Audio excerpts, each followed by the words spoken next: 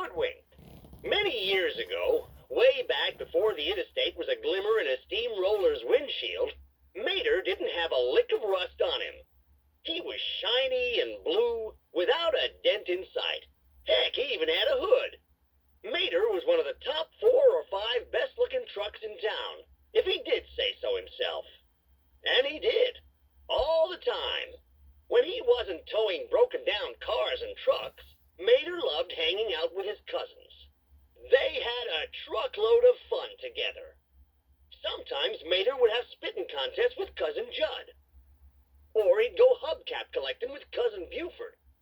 And sometimes, late at night, when everyone else in town was asleep, Mater and Cousin Cletus would go tractor tipping. Tractors is so dumb, Mater always liked to say.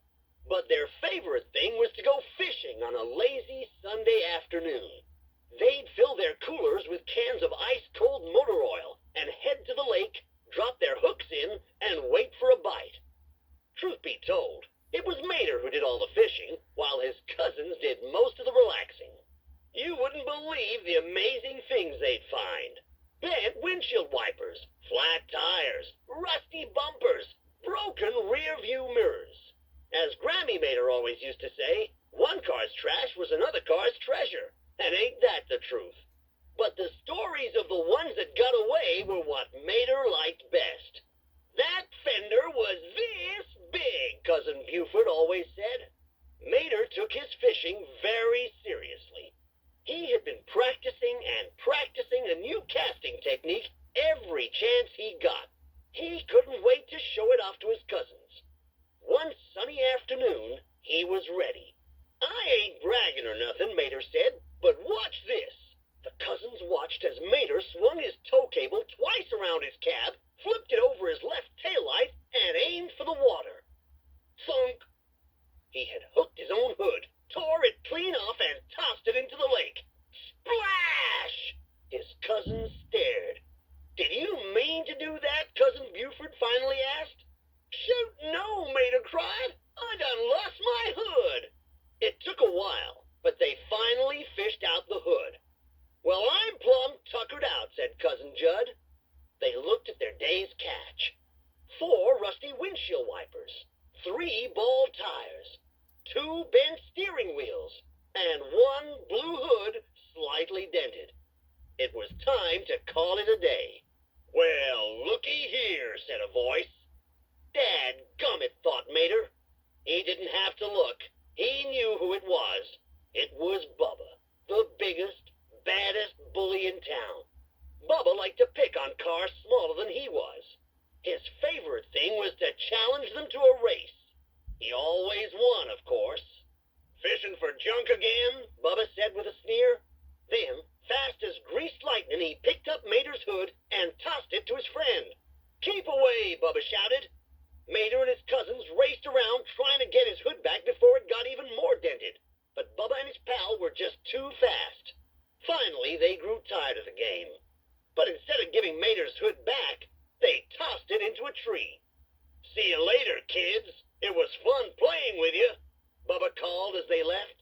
Look what he done did, Mater said dejectedly. He knew his mama was going to be madder than a wet tractor if he came home without his hood. She'd say, do you know how expensive hoods are, young man? Do you think they just grow on trees? Staring up at the tree, Mater had to laugh. It sure looked like they did. Luckily, Red, the town fire engine, passed by just then and rescued the tree-bound hood. Once Mater's hood was back in place, he and his cousins left the lake. What's that noise? Judd asked. Nothing, said Mater. But his cousin was right. His hood was making a terrible rattling racket. That rattling don't sound like nothing to me, Judd replied. So Mater tried squeezing his hood tight. Didn't work. He creaked it open a little. No dice. He zigged. Nothing doing. He zagged. Same thing. And then he had an idea so strange he thought it just might work. Driving backward. Woohoo! Cried Mater. Kiss my grits and call me Nancy. It works. And best of all, it was more fun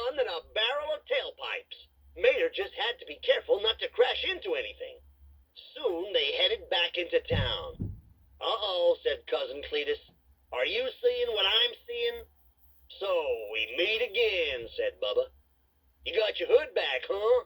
He narrowed his eye. Well, I guess it's time for a race then. Mater gulped. Bubba leaned in so close that Mater could see the bugs in his grill. And to make things even more interesting, the loser has to buy the winner a tank of gas. I could use some high-octane fuel, Bubba exclaimed. Mater gulped again. But then, he smiled. He had an idea. I'll race you all right, Mater said. But are you thinking you can beat me if we race blindfolded? Of course, scoffed Bubba. If we race on two wheels? No problem, said Bubba.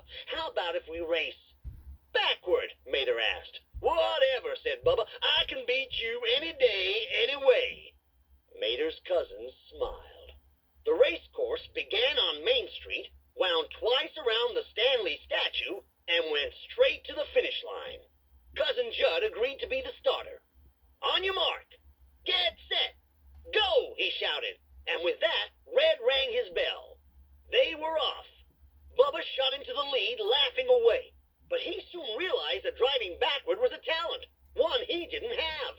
Halfway around the Stanley statue, he lost control, screaming like a little scooter. Meanwhile, Mater zipped down Main Street, spun around the statue twice, and was headed toward the finish line.